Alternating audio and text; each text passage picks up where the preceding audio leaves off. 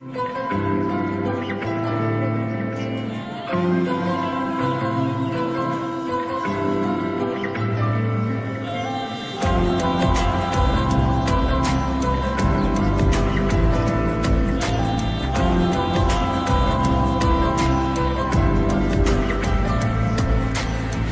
লাগে হাঁটতে তোর হাত ধরে, ভাবনা তোর আসছে দিন রাত